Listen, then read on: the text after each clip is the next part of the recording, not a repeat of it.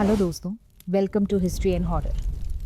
कहते हैं इंसान ही दुनिया का सबसे बड़ा शैतान होता है और ऐसी एक शैतानी आत्मा से हम आपको आज रूबरू करवाएंगे।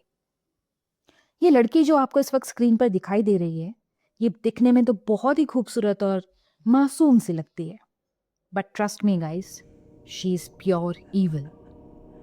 1953 में बूमर्स विले के फ्लोरिडा के एक स्मॉल टाउन में अनीता डेक नाम की एक परफेक्ट हाउसवाइफ रहती थी। सब लोग उसे बड़ा पसंद करते थे क्योंकि उसका जो बिहेवियर और चार्म था बहुत पॉजिटिव था। लेकिन उसका एक डार्क सीक्रेट था। उसने 6 बार शादी की और 6 के 6 हस्बैंड एक के बाद एक गायब होते चले गए। कोई ट्रेस नहीं, कोई सबूत नहीं। फिर उसकी 7वीं शादी हुई।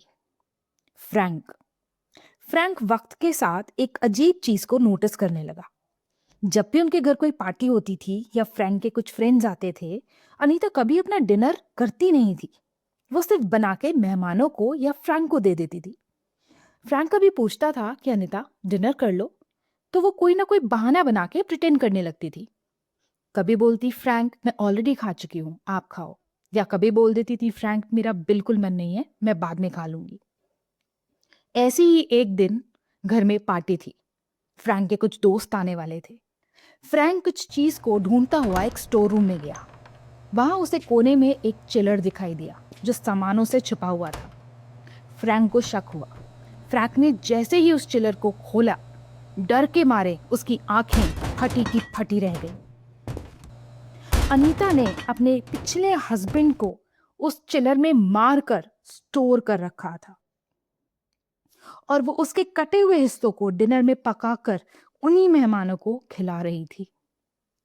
फ्रैंक को जब ये पता चला तो अपनी जान बचाने के लिए भागा, लेकिन उसकी किस्मत इतनी अच्छी नहीं थी। जैसे ही वो भागने की कोशिश करने लगा, तभी डोरबेल बजी और सारे मेहमान ऑलरेडी आने शुरू हो गए। जैसे ही सब खाने में बिजी होते चले गए, तभी अचानक अनीता चुपचाप फ्रैंक के पास आई और उसके कान में चुपचाप बोली, don't worry darling, you are the next.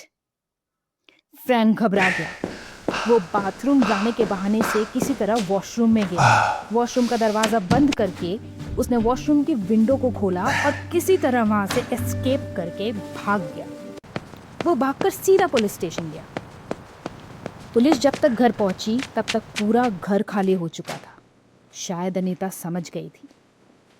Basement की तलाशी लेने पर एक खौफनाक सच सामने आया, जिसे देखकर वहां मौजूद सब लोगों की रूह कांप गई। बेसमेंट में अनीता के सिर्फ 6 नहीं बल्कि पिछले सारे हस्बैंड की लाश मिली और कई लोगों की लाश मिली जो आधी कटी हुई थी। किसी के हाथ, किसी के पैर और किसी के अंदरूनी ऑर्गन्स नहीं थे।